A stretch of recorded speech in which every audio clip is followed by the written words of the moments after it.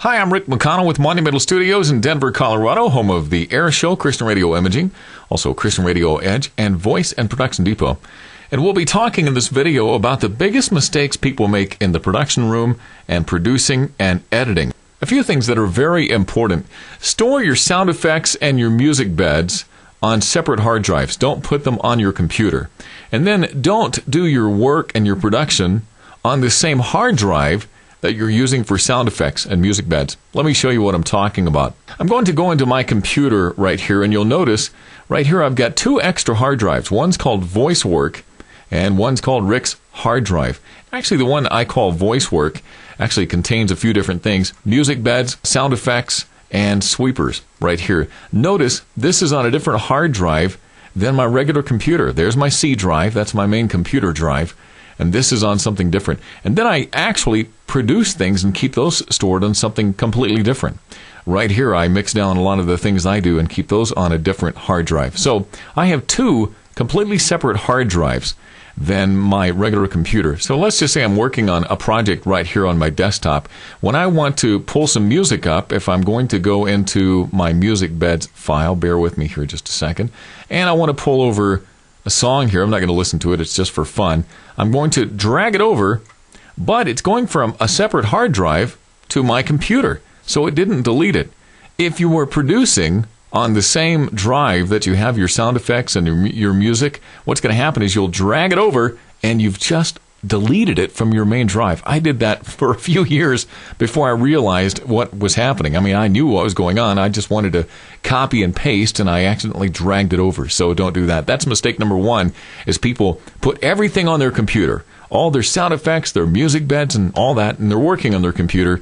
That's going to cause some problems. Number two, save your work.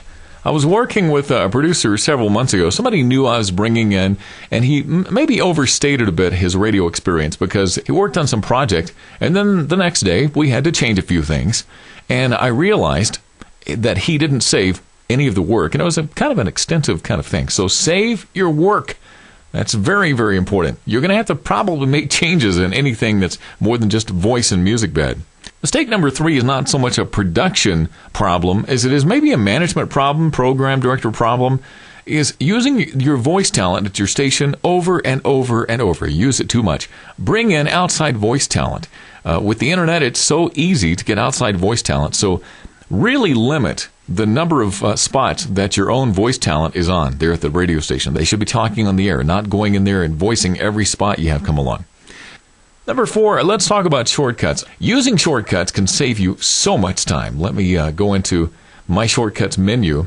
I'm going to go down to keyboard shortcuts and MIDI triggers. Usually you'll have all these shortcuts already written in. They figure them in for you. I pretty much go in and delete all the ones that they have and create my own. And let me show you a few of these. And what I'm going to do is play around with this sound file, something I voiced a few months ago. But I want to use shortcuts. There are just faster ways to doing everything. Let me show you what not to do. I worked with one guy one time back there, and for him to do anything, to edit, to compress, to do anything, he would go into, for example, View, and then he would go down and go through all of these things, or he would go into Effects, and he would go down, and that is the longest, slowest way to do it. A little faster is have all as many icons as you possibly can have right here at the top. And I do this a lot, I have to admit. But when you're just kind of cutting and mixing, things like that, it's very good to have shortcuts. So let me show you just a few that I use. I'm going to go down to keyboard shortcuts. Now, if you'll notice, I've deleted all the ones that they showed right there. And there's a reason for that. I think there's take too long. So you can go in and delete all the ones that come from the factory. I kind of create my own. Z means edit, delete. Now, I come up with things. I'm going to explain a little bit more about this. There's A right there. I do things that I can, since I'm right-handed and my right hand is on the mouse, I'm going to be using the shortcuts with my left hand, and I only use one letter. If you'll notice A, and if you go down, there's 2 and 3. And let's scroll down and find some more. There's S. I know what that is. That's save. So I use one letter to the far left of with my left hand, and that makes it very easy to get to, very fast to get to. If you have something set up where it's Control D7, you're going to have to stop and focus on that every single time. Let me tell you just a few that I use. For example, I'm going to show you right here. If I want to save something, I'm going to hit S, and there it goes to save. So that's a lot faster than going up here and going down to save as. And let's just say I want to cut something. I want to cut this part out right here. Well, I use Z, just like that. Now, if I want to undo, Control Z, that's pretty common with Windows. Suppose I want to zoom in, I use C, zoom. The one right next to it, V, zoom out. So those are the ones I use. I only have very few, maybe 5 or 6 shortcuts, because I can memorize them, and it's something I use again and again and again. We won't go into a lot of detail about how to set these up, because if you use Pro Tools, it's going to be a little different than Cool Edit. But basically, you're going to go down to keyboard shortcuts and fill these in. For example, A is on mine if I want to mix things down. Another one I use if I want to go from the waveform view to the mixer, I use Z and X, and I just toggle back and forth between those. In fact, I have one, X, that goes back and forth with one little letter. The next biggest mistake people make is with levels. When you're recording things raw in the studio and you're done, it should be maybe something like this. You don't want it to be pegging up here at the top very much. You're going to over-modulate. We've all made that mistake. So you don't want it to be too high, but you do want to have some good level there.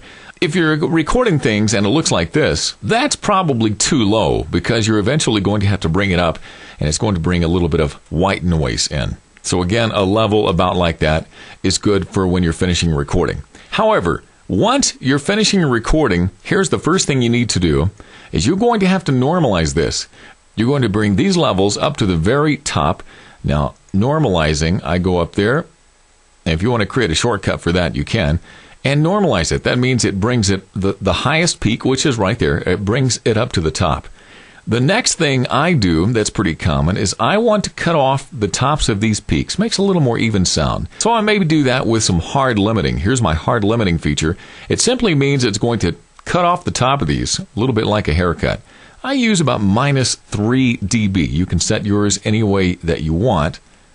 Hit OK. Now, if you notice, it's chopped this down a bit. I want to normalize it once again to get it up to the top, and now it's normalized. Before you go into production, the first thing you want to do before you produce anything, make sure all your voice levels have been normalized and put a little hard limiting back in there. Before you bring in effects or music or anything, you have to make absolutely certain that these levels are up to the top, that they've been normalized. There's a reason they call it normalized. I won't go into all the details on that, but there's an industry standard. You need to measure up to that. So before you produce things, make sure that the voices, all the sound effects, everything's been normalized. Now, let's talk about limiting, too much limiting, compression, using that the right way. You can really overdo that, and that's very common. Now, here's what happens. We're going to overdo it. Let's just say we're going to chop it off by about -6, and then we're going to normalize it, which means bring it up to the top. That's a little bit overkill. If I were to play this for you, this would be incredibly loud. If you're ever listening to a TV commercial, it sounds like the TV commercials are too loud. There's been a little too much normalizing going on and hard limiting on the TV spots. I'm going to bring in one of my voice folks, Debbie. She's voiced some things for me, so I opened up a sound file of hers, and we're going to zoom in a little bit and work on this sound file right here. Now let's bring in a sweeper. We're going to talk about using sweepers or improper use of sweepers. I'm going to go into the sweepers folder. Let's bring in a few here. Now let's highlight these 3 sweepers right here. I'll show you what not to do. Well, before I do that, let's bring in some music, so we'll have a bit of music bed going underneath here first. And I need some third day music, so let me bring in just a few third day songs here. And the songs are inserted. First thing I'm going to do is bring down the volume of the song just a bit.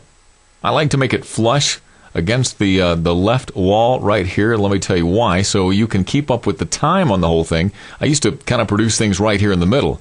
Problem with that is you can't tell where you are in the time.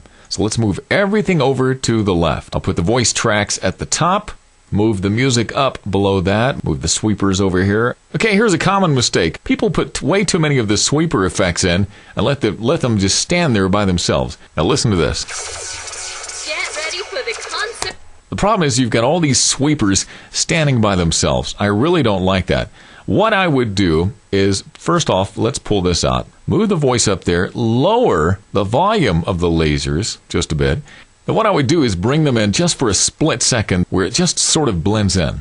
Get ready for the concert of the year. Now you may think, well, they didn't stand out. That's the idea. You don't want your sweepers to really stand out. Let me do something. I'm going to mute the music. And again, for emphasis, here's what I've seen people do. They let their sweepers go like this. Get ready for the... Now, you don't want that. It's basically saying, hey, look at our cool sweepers. So it's a huge mistake to let your sweepers stand out too much. We've all made that mistake because sweepers sound really cool, but let them blend in with the music. Now let's get to one of my biggest pet peeves, and it's especially in concert spots or promo spots, people not knowing how to mix the music very well. Here's what we want to do. We want to find the hook of the song. Let's find it right here. Okay, it's going to be somewhere in here. So what I want to do is cut that, hit Z. I want to bring this hook over. When she says Third Day Live, right there, I want the hook of the song to come in. Here's how not to do it. Okay, right there is where it starts, and they simply chop it. This is the worst thing to do, is just delete it, chop. Well, guess what? It starts too abruptly. That is horrible. You don't want it chopped flush like that. Let's bring that back out. Always fade it in, no matter what it is. Fade it in, so I'm going to create some volume levels here. Okay, it starts right about there. So I'm going to put a gradual fade in. So one thing I want to do is I want to take these two music beds that I have highlighted here. They've got to work together. Now listen, here's the way a lot of people do it right here. Listen to this. Third Day Live.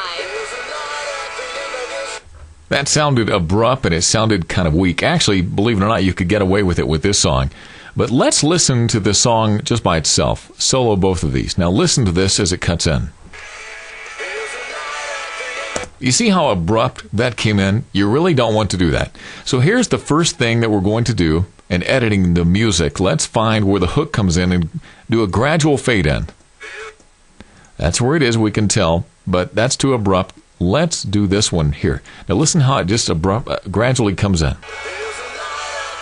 And what we want to do is match beats.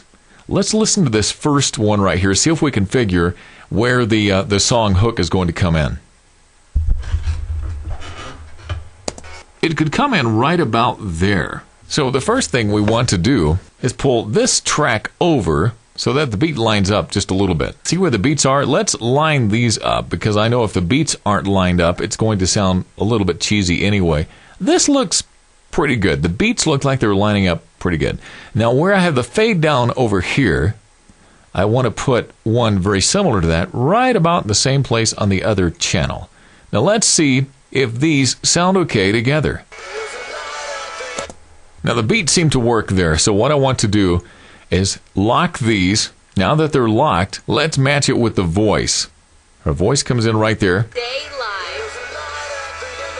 So right when she said live, it came in and it was a smooth mix. So let's ungroup these. So what I'm saying is you can't just disregard these two tracks right here and say, well, let's make this come in right here and just throw some music underneath right here. Pay close attention to the beats and how they line up. Otherwise, your spot is going to sound pretty cheesy. I'm going to highlight this and let's mix it down. For the concert of the year, Third Day Live. The next thing I'll do is maybe just bring in -1 dB of hard limiting and bring that back up. It sort of evens out the sound of the whole thing. So the final thing after you've mixed things together is you want to listen to things on small speakers, big speakers and small speakers. Listen to your headphones and get a different feel, because the way people listen in their car, there's all sorts of distraction and noise. So those are just about 9 or 10 mistakes people make in the production room. So I wanted to point those out so you can have those. I'm Rick McConnell with Monumental Studios in Denver, Colorado. Thanks for watching.